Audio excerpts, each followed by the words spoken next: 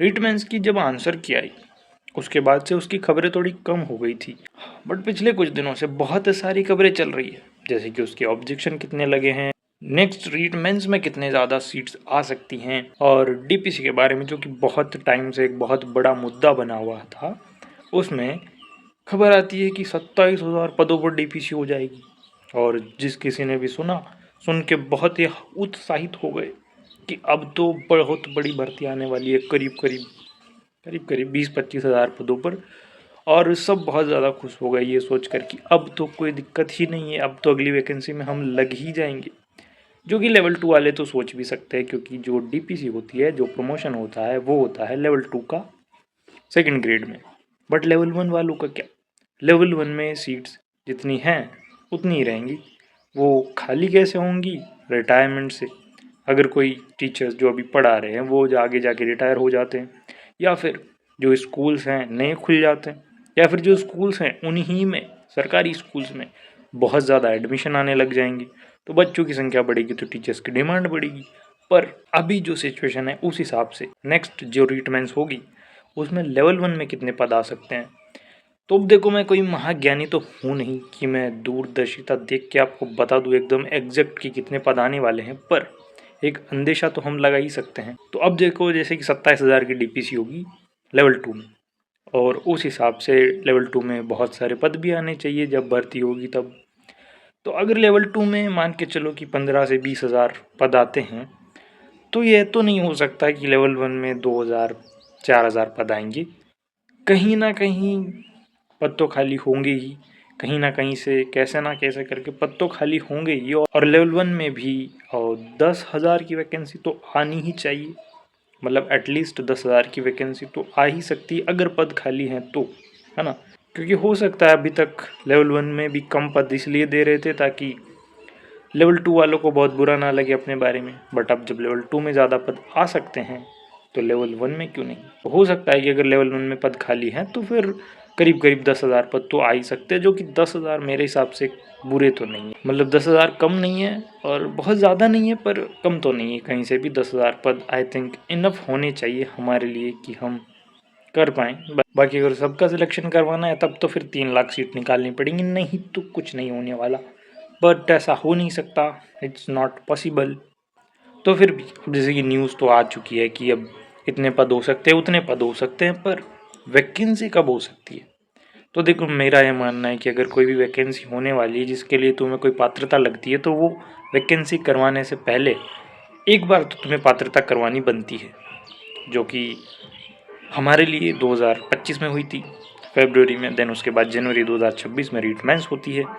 अब रीटमेंस 2026 में हुई, उसके बाद वापस से रीटमेंस हो जाना थोड़ा सेंस तो कम बनाता है। तो मेरा ऐसा मानना है कि नेक्स्ट रीटमेंस होने से पहले एक बार रीट प्री होनी चाहिए, और होगी भी सही, क्योंकि नए नए स्टूडेंट्स ने एडमिशन लिया है। कुछ पहले के स्टूडेंट हैं जिनकी कंप्लीट है, मतलब बीएसटीसी या बीएड कंप्लीट है बट रीट कंप्लीट नहीं है, तो उन स्टूडेंट्स को भी मौका मिलना चाहिए। और इसीलिए रीट मेंस से पहले रीट प्री होना बहुत ज़रूरी है।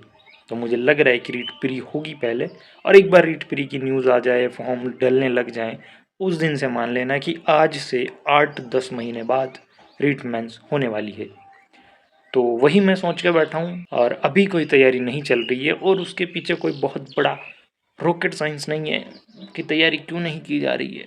तैयारी करने के लिए अंदर से एक मोटिवेशन होना चाहिए, बट अगर तुम्हारे अंदर मोटिवेशन है और तुम किसी और चीज़ में ट्राई नहीं कर रहे हो, जो कि मैं कर रहा हूँ, बट बताने लायक इतना बड़ा कुछ नहीं कर रहा हूँ, बट हाँ मैं कुछ और भी ट्राई कर रहा हूँ जो कि आपको भी करना चाहिए। मैंने पहले भी कहा था, अगर आपके पास कोई अपकमिंग एग्ज़ाम नहीं है करीब करीब 6 महीने से पहले, तो आप कुछ और भी साथ साथ ट्राई कर सकते हैं जिस हिसाब से सीट्स हैं वगैरह वगैरह। बट जैसे कि मैं अभी कुछ ट्राई कर रहा हूँ, तो मैं अभी प्रिपरेशन नहीं कर रहा हूँ, बिल्कुल भी नहीं कर रहा हूँ, मतलब एकदम ज़ीरो बटा सन्नाटा, कोई वास्ता लेना देना नहीं है मेरा पढ़ाई से।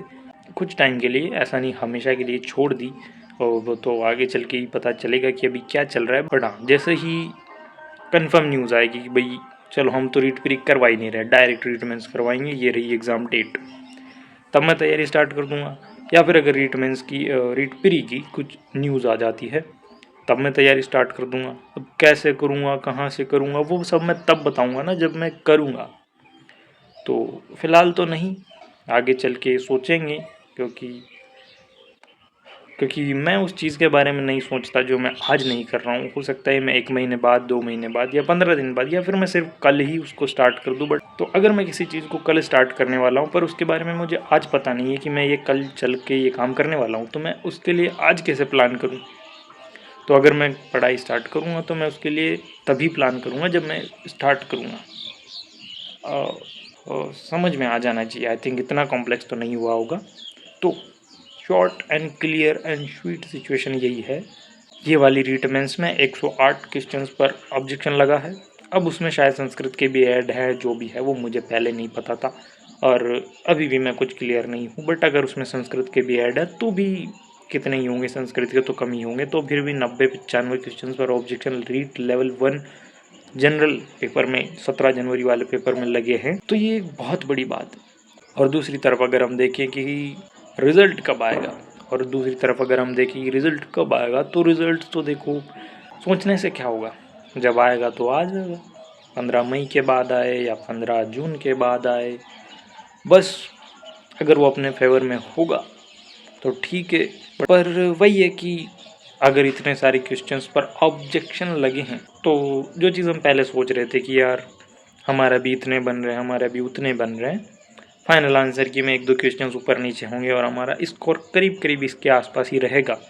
बट इतने ऑब्जेक्शन लगने के बाद क्या पता बोर्ड का कहाँ दिमाग ख़राब हो जाए इतने सारे ऑब्जेक्शन देखने के बाद, और फिर उनको लगी ऐसी तेज़ी कराओ यार इन लोगों की, कोई भी आंसर चिपका दो क्योंकि वो फाइनल आंसर की रहेगी। फिर अगर बहुत ही ज़्यादा पागलपन कर दिया तब तो ये मामला कोर्ट में जाएगा, और अगर उन्होंने ठीक ठीक लगा दिया तो इसको बहुत ज़्यादा चैलेंज भी नहीं किया जाएगा। तो यही है कि कितने ज़्यादा क्वेश्चन चेंज होंगे उसका कोई भी अंदेशा नहीं है। हालांकि जब मैंने इसके बारे में शुरू में देखा था कि कितने क्वेश्चन पर ऑब्जेक्शन लगे हैं, कितने पे नहीं लगे हैं, और कौन कौन से हैं जो पॉसिबली चेंज हो सकते हैं, उनके बारे में मैं पहले वीडियोस बना चुका हूँ। आप देख लो यार अगर आपको जानना है तो। उस टाइम मैंने सोचा था कि 4 से 5, 10 क्वेश्चन ज़्यादा से ज़्यादा चेंज हो सकते हैं, जो कि होने भी चाहिए और होंगे ही सही।